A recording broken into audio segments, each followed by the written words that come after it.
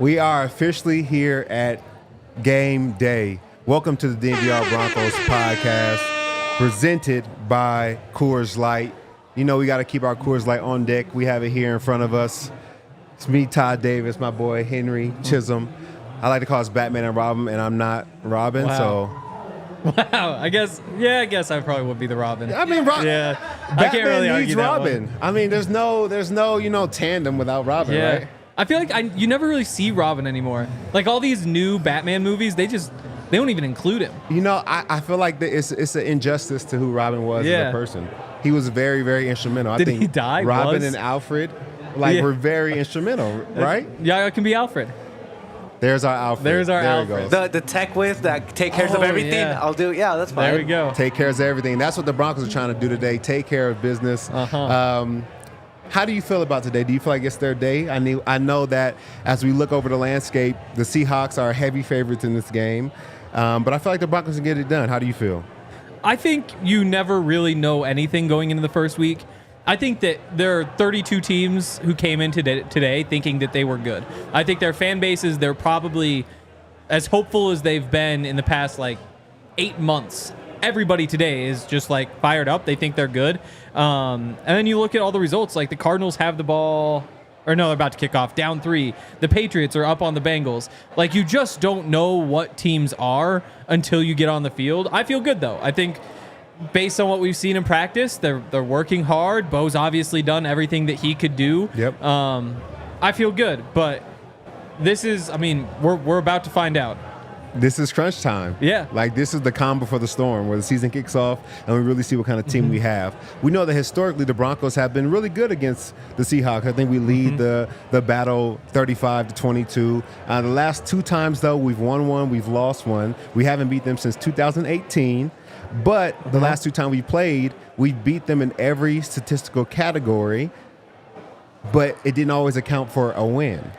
Yeah, it's crazy when you go back to that last game, because Russ threw for 350 yards or something like that, and they finished with 16 points. Yes. And the fumbles on the goal line that are a cause for that. I wasn't going to bring it up, but since you brought it up, that was the demise of that last game. That was really sad. And then Melvin had plenty of fumbles. Everybody's like, oh, Melvin's terrible. Melvin sucks. You got to get rid of Melvin. Javonte doesn't. Everybody's like, oh, we love Javonte. Yeah. That was one of those days where I was like, poor Melvin. He brought it on himself by fumbling, but poor Melvin. Yeah, I think you fumbled twice inside the 5-yard line. Yep. You're not going to win very many games like that. I know we like to blame it on Hackett and the botched 2-minute drill and then the long field goal at the end of the game. And yes, those were other reasons why we lost the game. But I think if we don't fumble inside the 5 twice within one game, I think we find a way to win that game. But hopefully this is our year. Yep. And I think this is a great test for us starting out, because this team does have a lot of pieces returning, but they do have a lot of new coaches. So they have to blend together their offense and defensive schemes while trying to make things work. So it's going to be a very good test for the Broncos. And our guy, Zach Stevens, is there live right now, and he has a bit of information for us. And let's see what Zach has to say about it.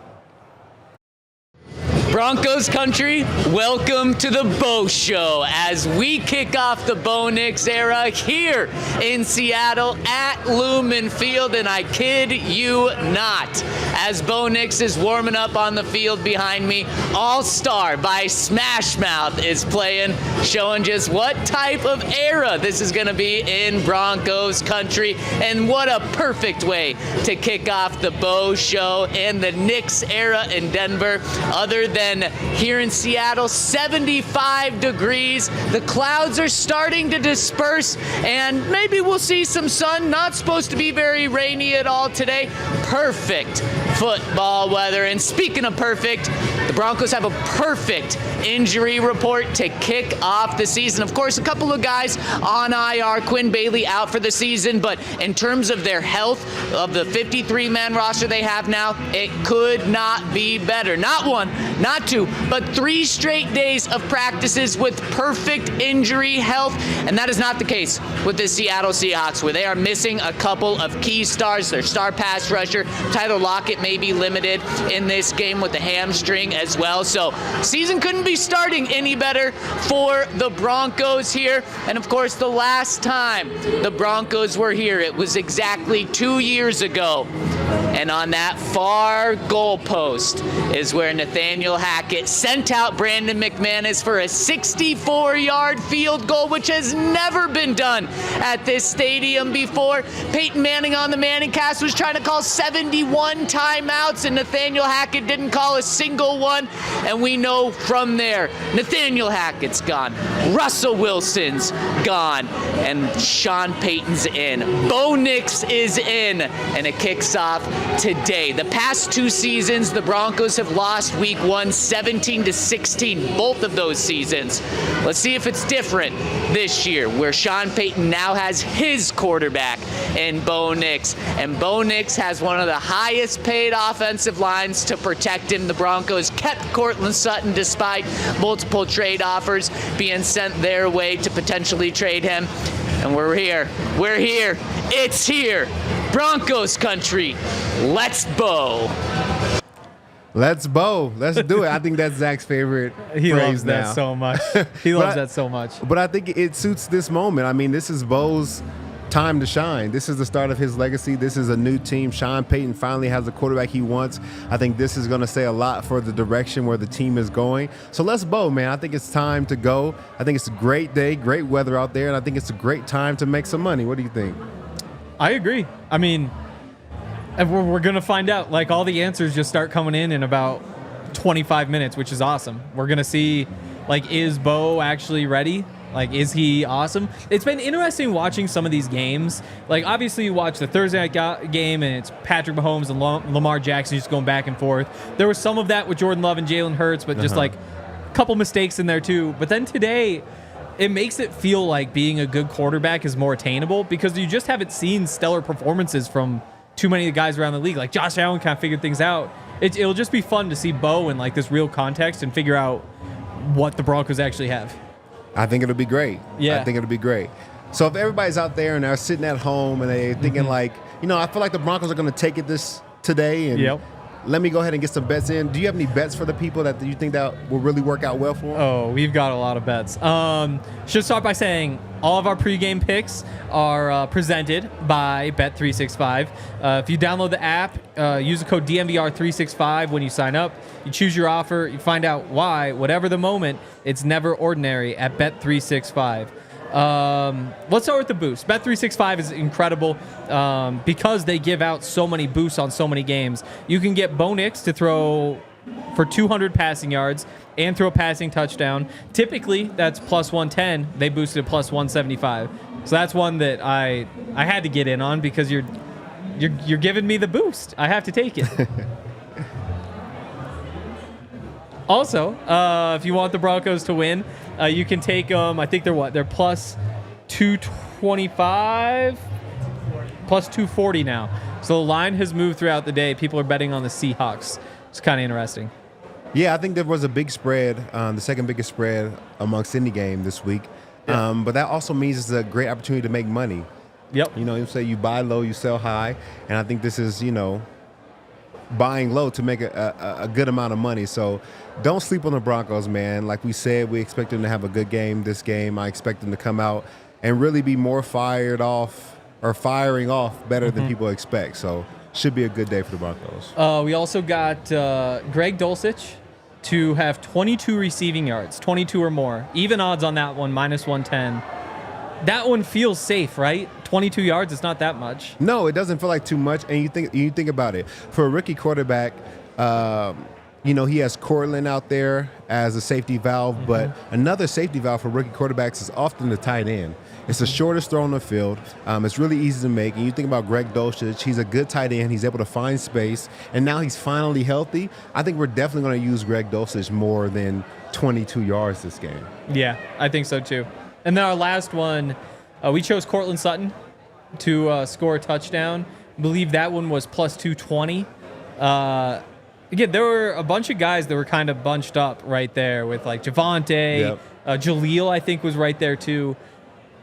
Court scores all the touchdowns for this team. We saw it last year. He had 10. I feel like if you're going to bet on somebody to score a touchdown, he's got to be the safe option. For sure. I think he led the team in touchdowns last year. I think he'll do it again this year.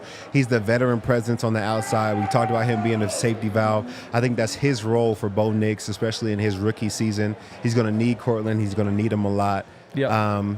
So I think those are great bets, and those are our pregame bets for today. And let's talk about expectations, what we want to see from this Broncos offense and this Broncos defense. I think for me, I need the offense to really be crisp and not make too many mistakes. It's week 1, so I don't need you guys to be perfect, but I need you guys to really be able to put together long drives, 8-play drives, 10-play drives, and really, keep control of the football. Not throw it away, not give it away as interceptions or fumbles. It's important for this Broncos teams to be very, very careful with the football and make some plays, make some long drives, and that's what I want to see for the Broncos today. Yeah, I think so too. I think the big thing for me is that you make things easy for Bo. You don't put him in situations where he's going to look bad, at least early in the game. Yep. At least get him through the first quarter unscathed. Hopefully there's a couple of nice plays in there. Hopefully you score some points. But you just don't want to put him in a hole where he feels like he's climbing out of that, trying to make big plays down the field for 2.5 quarters because he's already down. That's how you set him up to make a bunch of mistakes. And all of a sudden, his debut doesn't go the way you want. So I think, to me, you got to run the ball well. For sure. You should be able to against this defense, but you really just need to find ways to put the load on other people's shoulders and not by any means necessary. And not Bo's shoulders, at least to start. No, I agree. I think that you don't want Bo pressing this game. No. When you start pressing, I think is when you make mistakes. So you want him playing calm, playing confident, and feeling like he can play in the NFL. This is his first game, and we need his confidence at an all-time high. Now we look at the defensive side of the ball. Vance Joseph is coming back. We had some struggles early on to start the year, but at the end of the year, I felt like that was a much better defensive unit. And my hot take is that they're a top 5 defensive unit throughout the year. What do you want to see from this Vance Joseph-led defense to really show you that, hey, these guys are ready to play. They're ready for action. Our outside linebackers can get after the quarterback. Our corners can cover. Riley Moss, big day, starting. It is. First time in 20 years that white cornerback has started. You said it, I didn't. Yep, no, but it's we're going all to be a thinking great day for Riley Moss. He's getting his start. What do you need to see? That's a good question, because I think big picture, I want to see that you have the right pieces. Because what happened last year is they get 5 weeks into the season and realize that the wrong guys are on the field. You've got you need Fabian Moreau out there. You don't need Damari Mathis. And there was all these tweaks across the lineup that they made, like putting Jaquan McMillan on the field, where then all of a sudden they're able to figure things out. What I really want to see today is that there aren't these big glaring holes. There's nobody out there who looks like an issue, who looks like they're going to need to be replaced. So I think big picture, just did you do your job in the offseason and figure out who your best 11 players are and find ways to get them on the field? And then figure out who the 2 or 3 others that you kind of rotate in are. I completely agree. And I think that last year, when you look at the roster and who they had playing, there were some guys getting paid a lot of money. Yep. So Randy Gregory has to be on the field. Yep. Frank Clark's getting a good amount of money. He has to play. Like, I don't know if it was just the guys they wanted on the field, because the same slew of outside linebackers that backed up Randy Gregory and Frank Clark are still there on the team today. So I think that it was more so about, hey, we brought this guy in, we're paying him all this money, we got to find a way for him to get on the field. That was last year. This year, I truly feel like they have the guys they want at different positions on defense. I think so too. Jaquan in the slot, or it's Riley outside, or it's PJ playing deep to start the year off. I really feel like it's more so a tailored unit as opposed to something they just put together. Exactly. You know what everybody does well. Except for, Brandon Jones, new guy. You kind of have to see how he fits in. Might be playing him in a little bit different role here. I guess he certainly is because he's starting. But back in Miami, he's doing a lot of blitzing stuff up in the box. So I'm curious to see, is he playing deep or is he kind of where we saw PJ Locke more so last year? So there's that, and then there's also Riley. Like, what does Riley give you? And when you look at this defense, though, it's the front seven where you need to win. Got to. Like, especially, again, you watch some of these other games, the teams that get stops on defense are teams that win in the trenches. The teams that only give up 3 yards whenever you try to run, or hopefully less. The teams that can get to the quarterback quickly and force him to make difficult throws or quick throws instead of just giving him time to roll out and make something happen. So, big picture, I just want to see the right guys are on the field. Small picture, that front seven really needs to be good today. Yeah, I agree. And I think I've been watching a lot of football over the last couple weeks. It's awesome. Just got back from Nebraska yesterday. My son played high school ball out there. The team came away with a win, 38-10. So for me, it was Colorado versus Nebraska. It wasn't, but, his high school was from Colorado. Their high school was from Nebraska, so we got the win. But it's rare that you see two sets of defensive linemen that could be starters on the field. So we talk about Malcolm Roach and DJ Jones and Zach Allen and JFM. Like, those guys are very, very talented as far as rushing the passer, but also getting after the run game. So I feel like that's the biggest change I've seen in this Broncos team is that front seven. And so I expect them to do very well. I know people are like wondering how Cody Barton is going to do with his first time starting. I think he's going to do just fine because the front four in front of him is going to play outstanding. Yeah, I think so too. I think Zach Allen's had a great camp. And while you don't have a superstar in the trenches, really in that front seven at all, you just have a bunch of guys who know their job. Most of them have been in the system, and you have Kenneth Walker on the other side. Only Christian McCaffrey has more 20-yard runs over the past 2 years than Kenneth Walker does. Like, that's a big part of their offense. If this front seven is what we think it is, especially against an offensive line that's going to be missing at least two pieces, you should be fine, but you need them to show up. I agree. And before we go any further, I got to remind you that this show is presented by Coors Light, the Broncos pregame show, brought to you 30 minutes before every game, so you don't want to miss it. We're going to have a lot of great people on, other Broncos. We're going to have guests, but you can't celebrate responsibly without a Coors Light in your hand. We have them on set now, and we love them. I think they're refreshing. They're crisp. You can't go wrong with a Coors Light. And you can get Coors Light delivered straight to your front door through Instacart. You can go to CoorsLight.com/DNVR, and you can get it delivered straight to your door.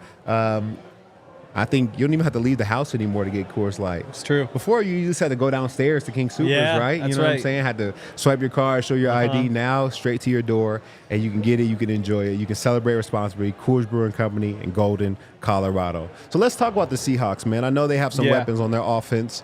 You talk about Kenneth Walker. I think he's a very talented and underrated running back. Jackson Smith and Jigmos coming off his rookie season. You talk about DK Metcalf. They definitely have some weapons over there on the offensive side of the ball. How do we stop them on the defensive side of the ball? I think it's going to be tough. I think that's my starting point, is that this isn't the best offense in the NFL, but I think it's really well-rounded. And I think that they're just good in a lot of different categories. And you throw a DK Metcalf in there who's a freak, and they're great in that one category. So I think that, you've got a new offensive coordinator, Ryan Grubb, coming over from the University of Washington. We watched a bunch of Michael Penix, so we know all about what that offense looks like. And I think Geno Smith fits in that offense pretty well. It's going to be a lot of downfield throws to the boundaries. They're going to be hunting big plays.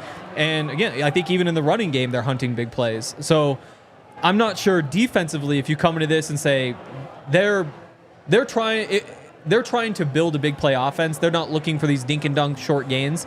Do you go into that and say, we need to take the big plays away, or just say, okay, like, that's how you want to play, you're not getting anything else? I feel like it's a really like you got to feel as you go, because it's a new offensive coordinator, and we're not going to watch Washington film because that's completely different. But what he liked to do at Washington, he was a gunslinger as far as the way he called plays. Whereas you go back to past Seahawks teams led by Pete Carroll, it was run first. Then the play action pass came off of that, and that's how they really, made their hay. That was their bread and butter, was they killed you with running the ball. Now we don't know what they're going to do as far as their game plan. Is Geno Smith a gunslinger? No. But I think they may air it out a little bit more because of, Ryan Grubb, their new offensive coordinator, and then also new head coach. McDonald was a very, very good defensive coordinator with the Ravens for a long time, off and on for 9 years.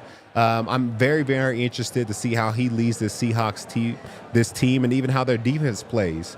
I mean, you bring over the guy who had the top-rated defense. I think they were number 3 the year before and then number 1 last year. You expect big changes out of the defense. I agree. I'm curious, though, what you're going to get week 1. So the Seahawks had a super physical camp. That was kind of their whole thing is we have this new defensive head coach. Yep. We need everybody to do their job and everybody be hitting, like it's old school football type stuff. Because last year, this was a defense that missed a lot of tackles, so many tackles that Tariq Woolen got benched, which is crazy considering how talented he is as a cornerback.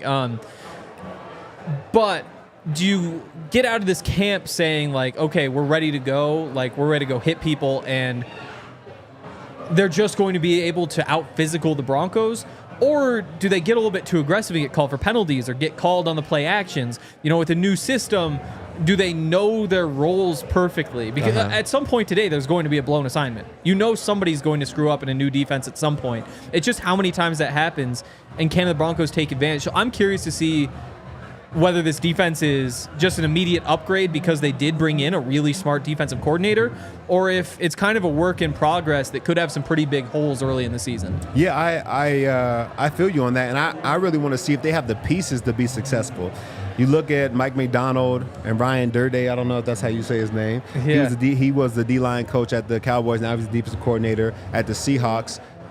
Both of those defenses had amazing pieces from Michael Parsons. The D-line of the Ravens has always been good. The linebackers, they had 2 All-Pro inside linebackers. Yep. Safety was All-Pro. Like, do the Seahawks have that kind of lineup? I don't feel like they necessarily do. So that's really going to be a big test for them. Is like, yes, you are good at calling plays, but when you're good with good players, how good are you with not the same caliber of talent? And does that just change the defense in general? Because one of the things people have talked about a lot this week is how the Ravens defense, they teach everybody every position, so that if you wanna just trade jobs, it's very easy to do so because they run so many different sorts of blitzes. Yep.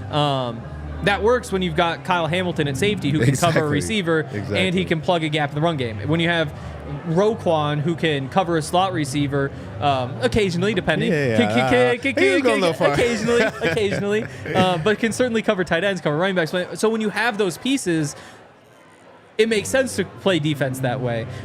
But it doesn't really work because a lot of the time what the Ravens did last year was just play cover 1. Yep. Like they just go man up across the board, leave a safety back, rush 5, and all of a sudden they win because they're just more talented.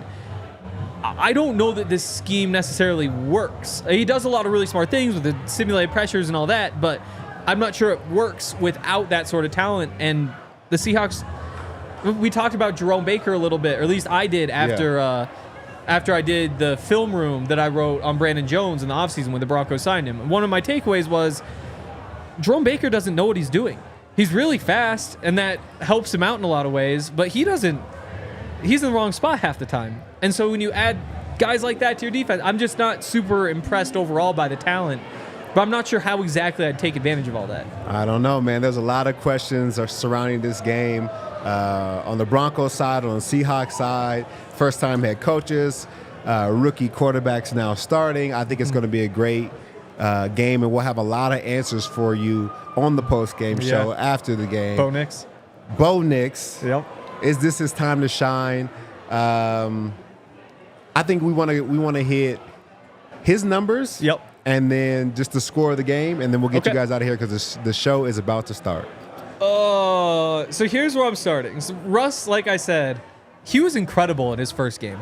Like, he did his part. He completed all his passes. I kind of wonder if Bo can do something similar.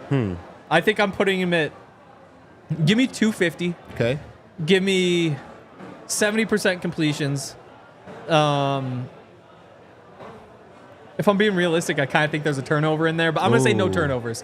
Like, I almost think it's like a strip sack or tries to do too much, or botch snap, something. It feels like with a rookie, you're probably getting something bad. I'm going to say no turnovers. I'm going to stick with it, though. I like it. Were you trying to throw Mike McGlinchey under the bus with that I would strip never. slack? Wow. Oh, No. okay. Wow. Well, hey, for me, I think that Bo Nix is going to have a great game. I have him at about like 230 yards. I think that's very, very good for your first start. I have him with a touchdown, a passing touchdown. Mm-hmm. And then I also think that this running game is going to be, very, very key for the Broncos. I think Sean Payton's going to lean on the running game, especially with it being Bo's first start. So 230 yards, 1 touchdown. I think that's a solid start. But the Broncos do come away with the win.